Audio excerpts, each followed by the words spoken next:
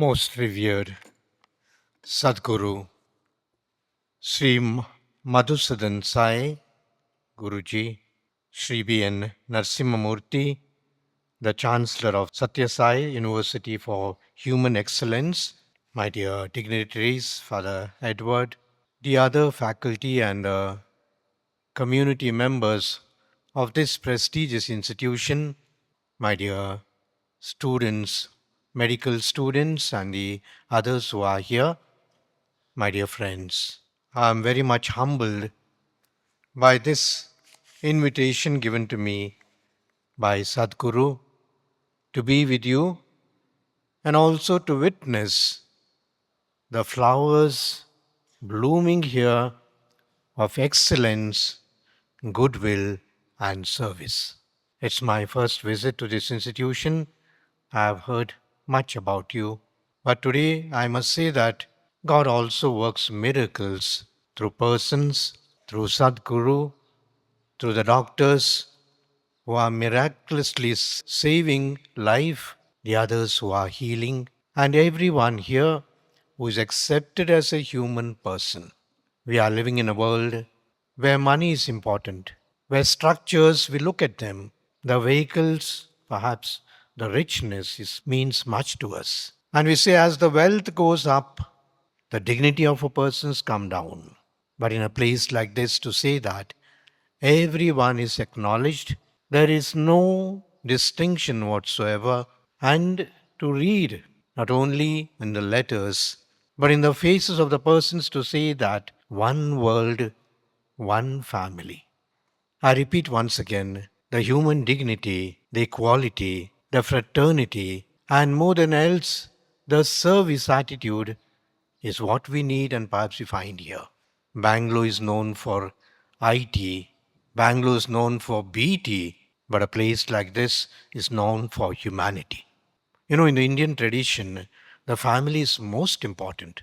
Perhaps people don't ask you, what are you working as? What is your wealth? What is your health? But they ask about your family. Which family do you come from? How does your family live?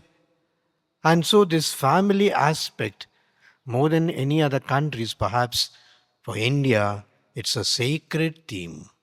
And to call and to consider everyone as part of my family, something to say, God is the Father of all.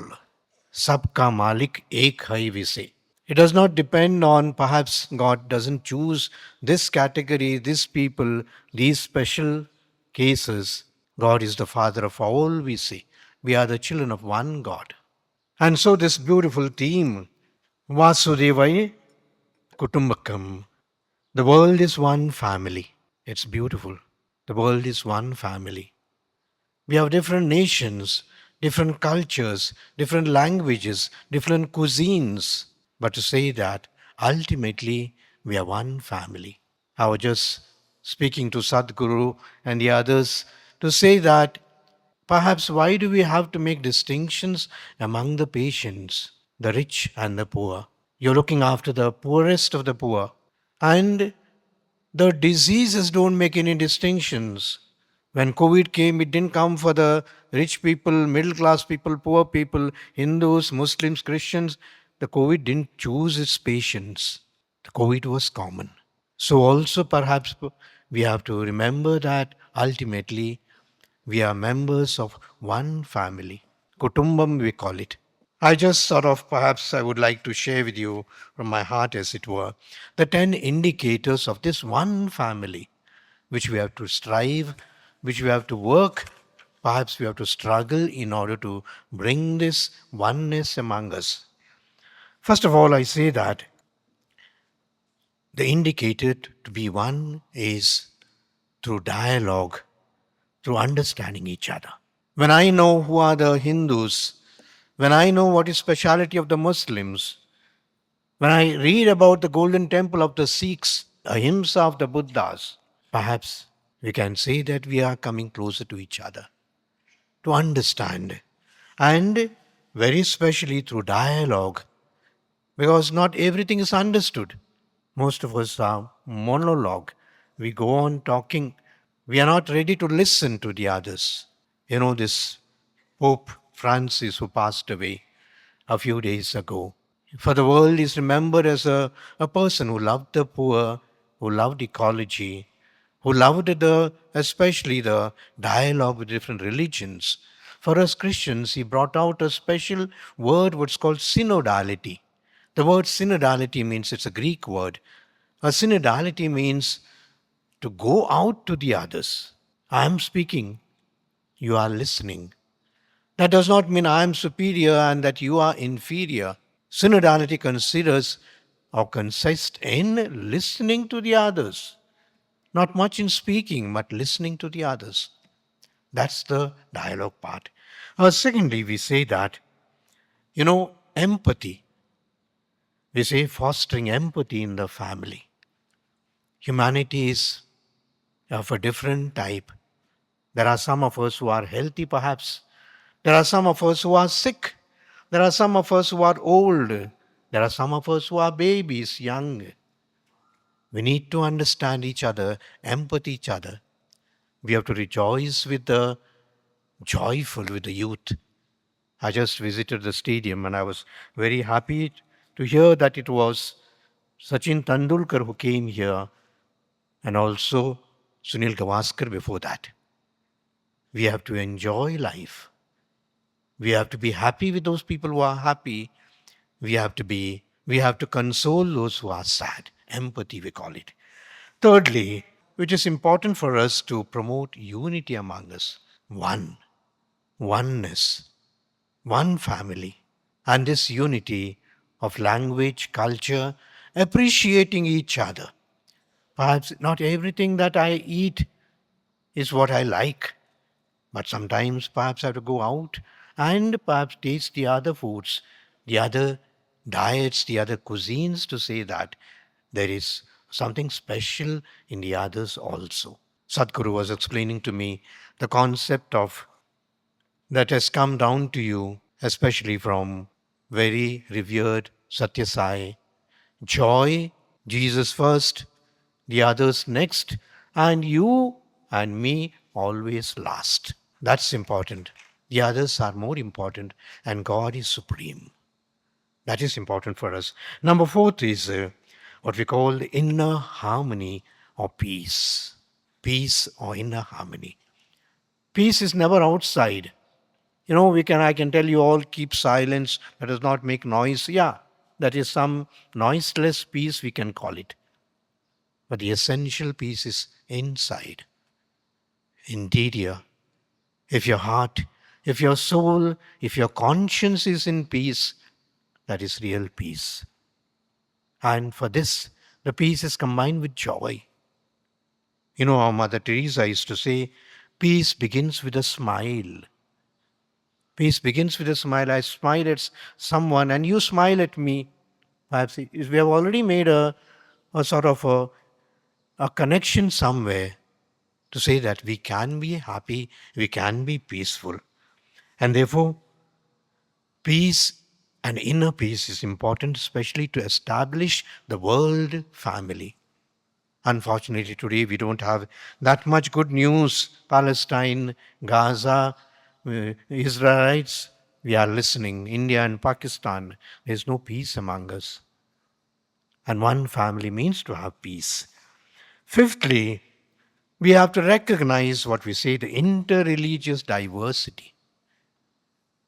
All religions are not same, need not be same. I worship Jesus. You worship Krishna, perhaps Rama. The Muslims, Allah. It's important for us to realize there is diversity. The diversity is not important, but unity is more important. What we call unity in diversity. If all of us were same, if all the flowers in the garden were only white, I don't think we would enjoy. If all the animals were only one type with one horn and with this one, we wouldn't enjoy. If all the birds perhaps went in the same way, we would not enjoy. The variety, like your colors of holy, the colors of the rainbow. We also have to remember that there is diversity. We have to appreciate the diversity that we come from. that we come from. It's not important where we come from. It's more important where we go to. Our common goal is more important different from our origin. I was born a Christian. You were born a Hindu. It's not important for us to discuss which religion is big, which religion is great. Ultimately, all roads lead to what we say, the Almighty. That is more important for us.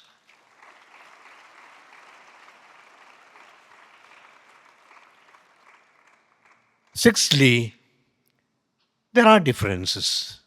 There are differences. The four fingers are not same. They are different types, but each one has a special, what we call the purpose of it, or work attitude to it. What my little finger can do, what my thumb can do, is a different. And so we have to accept also the differences. Fortunately, the differences are not many. Health-wise, there are no differences. The sickness that I get and you get are same. The doctor's treatment is also same. When we walk on the road, we walk on the same road. We enjoy the same breeze, the same leaves, the same this one. There are not much of differences. Perhaps we have to enjoy things that are common between us, keep aside the differences that are there. There are small differences which we should not be making a big noise about it. Perhaps when we realize that we are more one and less different from each other, our world family becomes stronger. Seventhly, I would say that we have to also, what we call, when we speak of family, we speak of ecology. Because ecology is the world, the creation surrounding us. When an ecology is always common, the shade that the tree gives is not only for, let us say, one person, one religion, or one nation. Anyone can go and stand under the tree. The oxygen that we breathe, the trees that they give is for common for others. Pope Francis used to say, this world is our home. In his beautiful encyclical that he wrote, what we call Laudato Si, a few years back, a document that speaks much about nature. That we can't rob others of this natural, perhaps, the riches that we have. When I cut a tree, I don't cut only my tree. I refuse what we call the umbrella for the others, the oxygen that comes from the others. And therefore, ecology is common for us. And ecology blesses and perhaps shapes or also a one world, one family attitude. That ecology, environment is for everybody. Irrespective, I may not have grown this particular tree. My father, my grandfather may have grown it. Or perhaps someone not known to me has grown it. Maybe an enemy also has grown it. But today I am profiting by it. Today I am perhaps having fruit of that tree which I eat is not it's not my hard work. That is ecology, to say that ultimately we are all one and the world is our home. Perhaps one thing that is important, which I say, my ninth point here, regarding the religions, or rather regarding the divisions among us, what unites us is the service. Is a service for humanity. I was so impressed to see in this institution, everything is about service. Nothing, no one can claim for himself. And the patients who are given free treatment, as it were, it's the highest service that they can give, because health is a gift from God. None of us can say that this person is living because of my medicine. Yes, I give the medicines, I give the doctors. We are all instruments in the hand of God. Every doctor, every nurse. When you hold the patient hand perhaps, and the patient is critical, and the patient prays in his heart, may this doctor be my God. May this nurse who treats me may be perhaps my angel.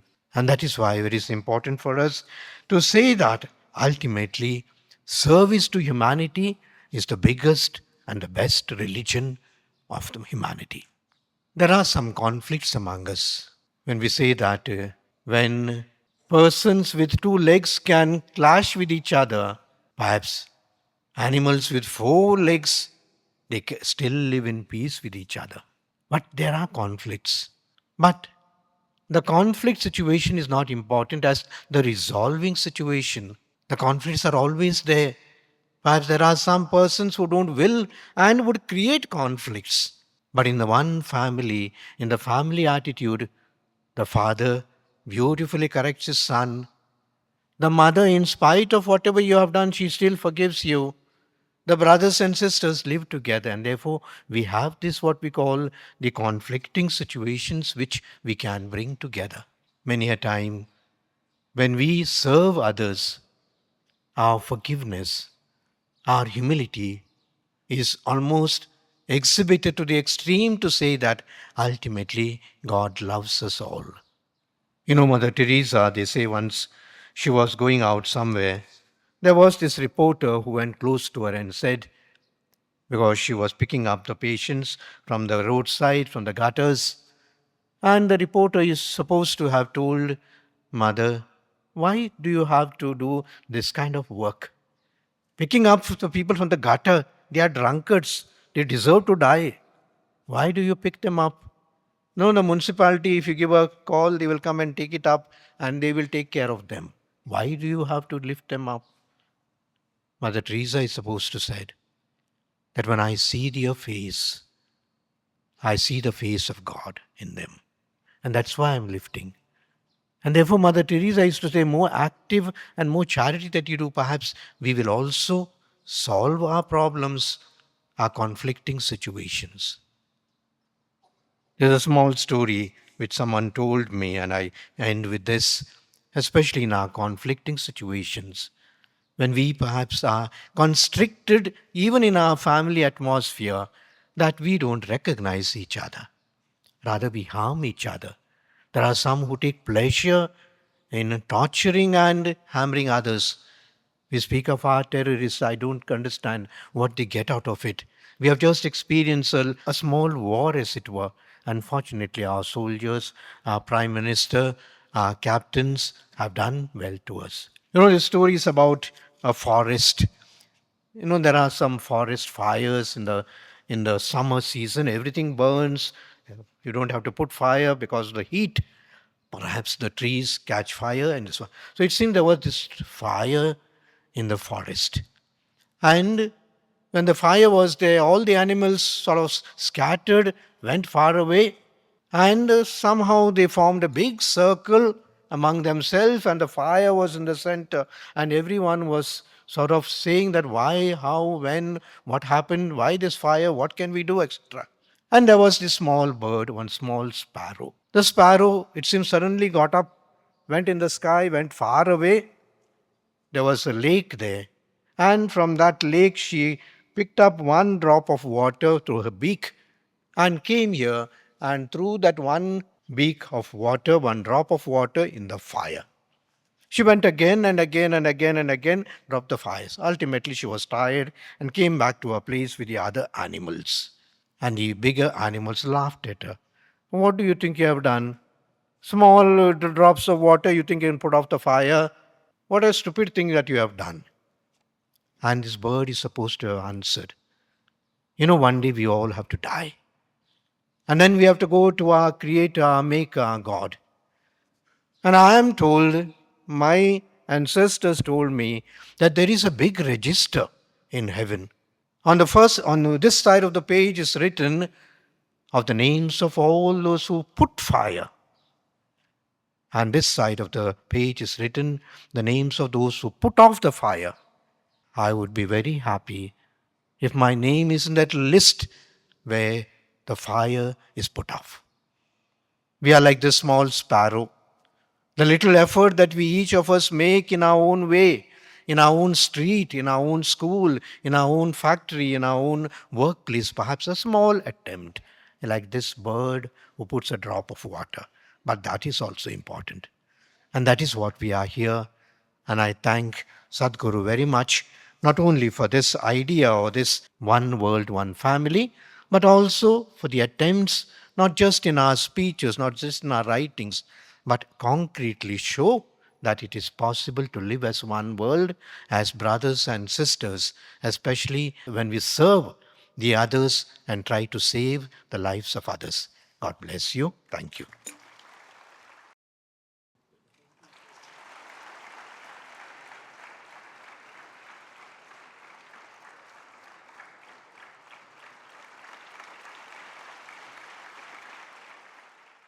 यो यो याम याम तनुम भक्तः श्रद्धयार्चितुमिच्छति तस्य तस्य अचलां श्रद्धां tamev vidadamyaham, says Lord Krishna, that whoever wants to worship the divine in whichever name and form, I grant them, that is, the divine grants them faith, unshakable faith in that name and form in order to make the worship happen.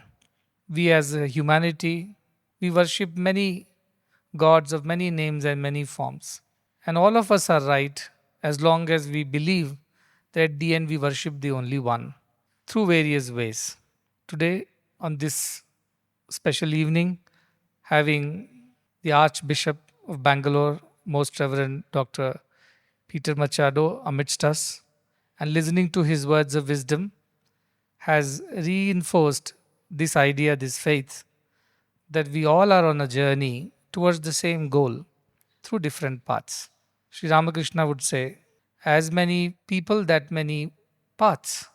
And this idea of plurality, yet the fundamental unity amongst all these philosophies, is the strength of our country. Thank you, Dr. Thomas, for bringing the Archbishop. Thank you for doing that. He was here on the Christmas day to lead the prayer, and he was quite insistent that we all work together, especially in the field of healthcare, to heal the sick. And he wanted to collaborate with the organization, which we happily agreed to, because our goal is one and the same.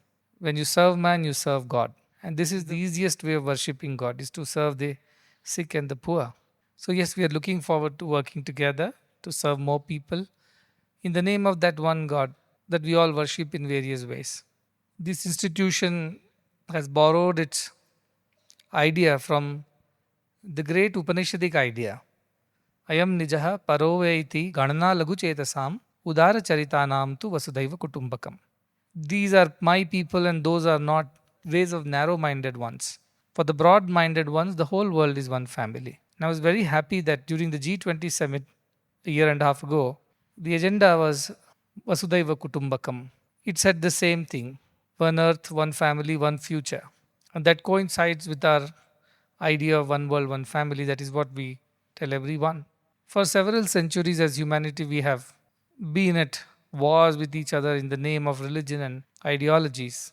But beyond all of that, as our Reverend Archbishop said, humanity, that is the true religion.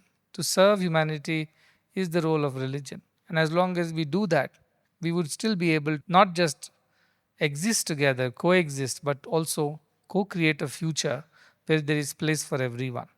This message needs to be told more and more, especially in the present times when, despite we being in 21st century, seems like we have learned very little from our past. We continue to do the same mistakes as we have done before. To hear such words of wisdom that evoke a sense of unity and a sense of respect for each other is the need of the hour.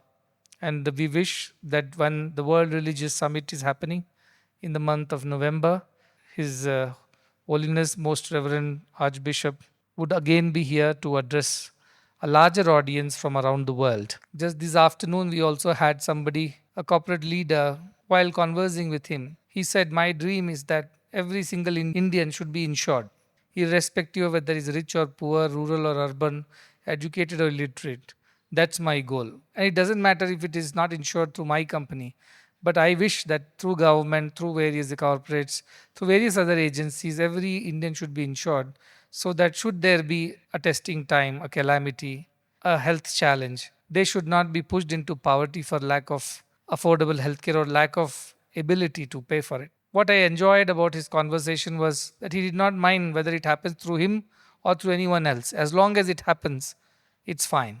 This is broad-mindedness. It's not about me, I, or mine. It is about us, ours. And that idea, whoever teaches, is a true teacher. I travel around the world. I go to many people, meet many faith leaders, have a dialogue with many of them. And I was mentioning to the Reverend Archbishop that the dearest place on earth after India to me is Italy. And in Italy, the most enjoyable or the place that I look forward to going to is Assisi. And that I do because there lived a young saint over there, young when he became a saint, Saint Francis of Assisi, whose only idea was to serve the poor, the lepers, the downtrodden, the forsaken, in the idea of serving man is serving God. And every time I go there, I derive inspiration. I make it a point to go to the Porciuncola, a little chapel that Saint Francis of Assisi built because he had the command of Jesus. He had an experience in which he felt that Jesus told him to build that broken chapel, and then he did that. And he gave up everything in life. He was born in a wealthy family with a silver spoon, a merchant, but he gave up everything, including the clothes that he was wearing when his father admonished him, saying that, whose wealth are you giving away? Even the clothes that are there on your body are given by me. And he immediately threw them away and walked away naked into the streets. That kind of conviction to follow the God's command, that is instrumentation. This is the idea that we were discussing in the afternoon as well. There is Krishna everywhere. Krishna's grace, in the sense God's grace is there for all. God's guidance is there for all. But there are no Arjunas, the takers of that guidance, the followers of that instruction and command. That is why there are so many people on earth, but there are very few who walk this path. And again in Bhagavad Gita, Shri Krishna says, not everybody is given to walk this path.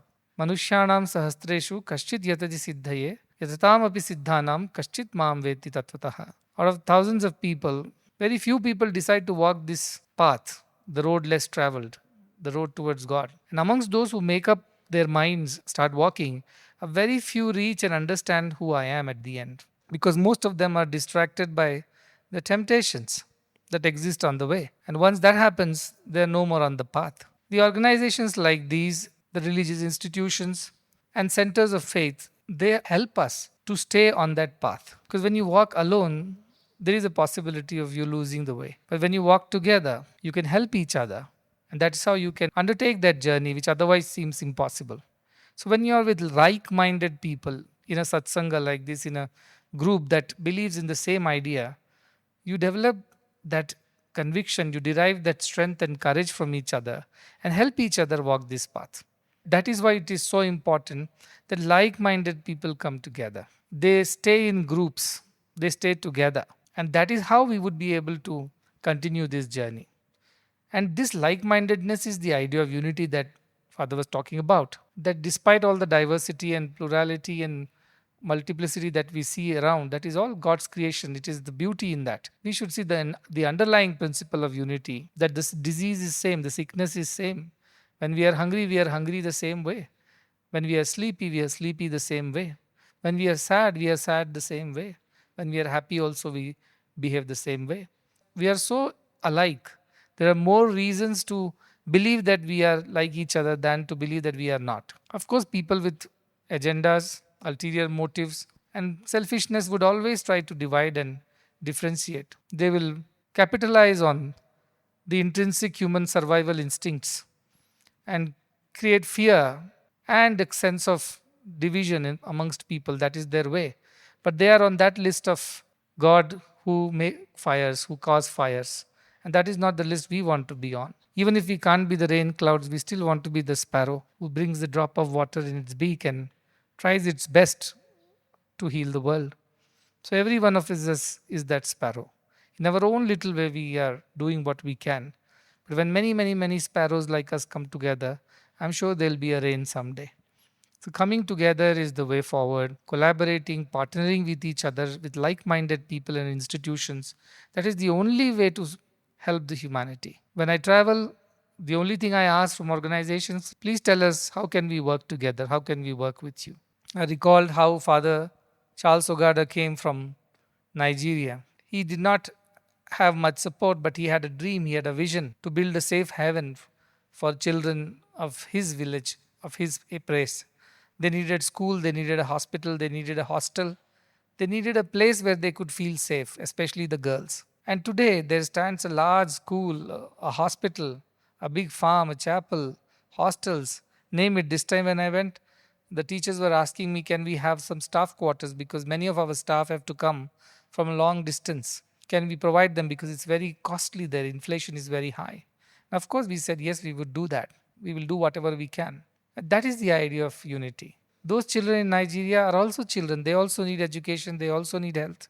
They also need the same rights as every child anywhere on the earth. And it's our collective responsibility to look after ourselves. So family is about responsibilities. It's about looking after each other. It is about making sacrifices for the sake of each other. And that is the idea that we promote around the world, that we are one family and we have an obligation of love towards each other, a responsibility to look after each other. And the needy and the poor and the weak, they are the members of our family who need more care, more attention. Like if somebody falls sick in the family, the whole family works to take care of that. We look after the smallest, the youngest, the weak in our family. That is the way of the family. So it's not the survival of the fittest in a family. It is about the survival of the weakest, the smallest, the youngest.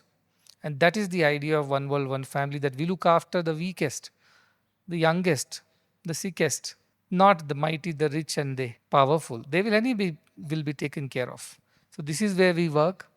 As the mission expands to more geographies, I meet more people, and I am so reassured when I hear people like the Archbishop who believe in this idea of unity and fraternity. There is no other idea that can redeem this world. This one idea alone can help the world.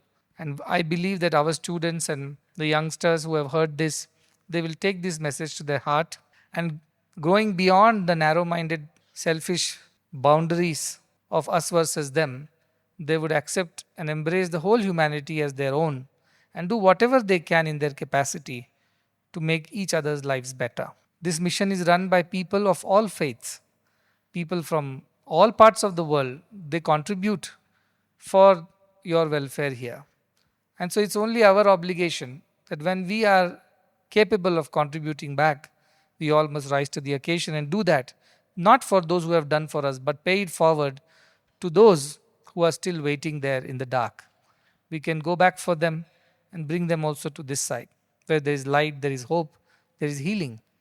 And that is the obligation that we all carry. That is a duty, that is a responsibility, and it's a sacred one. I place my reverential gratitude and my respects, Father, for the Pope Francis, whom we lost recently due to age and ill health. But I was very inspired by his talks, and he wrote a book, or was it a compilation of his talks, God is Young. And I was very inspired by that.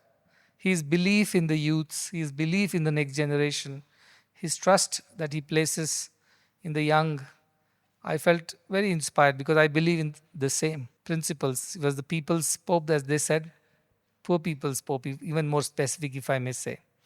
I think these are the leaders that can change the world. And I'm hoping that going forward also, we will have leaders who speak this language of humanity, who do whatever they can in their capacity and might that has been bestowed upon them through the authorities, in them through God, that they will use this to bridge these widening gaps of divisive ideologies and build bridges for people to come over and talk to each other. This is my hope and expectation from all faith leaders from around the world. And to make it even more loud and clear, we are having this event in November where we are expecting leaders from around the world. When I traveled, I invited a lot of them to come to Muddenahalli to be here and have a dialogue and come to a conclusion that above all religion, humanity is to be believed in, is to be supported. And when we are good humans, we will naturally be good devotees to whichever God that we are affiliated to. Our God will be happy when we look after the last and the least in His name. And that would be the kind of devotion that we should offer to the divine. With these words of gratitude to Most Reverend Archbishop, who made time to come here. I know we did not have a specific function for you, yet it's your humility and broad-mindedness that you came nevertheless to bless the children and the audience and to visit us and see the place and the work that we are doing. We will remain grateful for that, and we look forward to many more visits in the near future. Once again, thank you very much for your kind words, and Thanks to Father Edward Thomas and everybody else who is from the Diocese of Bangalore. Extend my gratitude and humble invitation for many more visits. Thank you very much.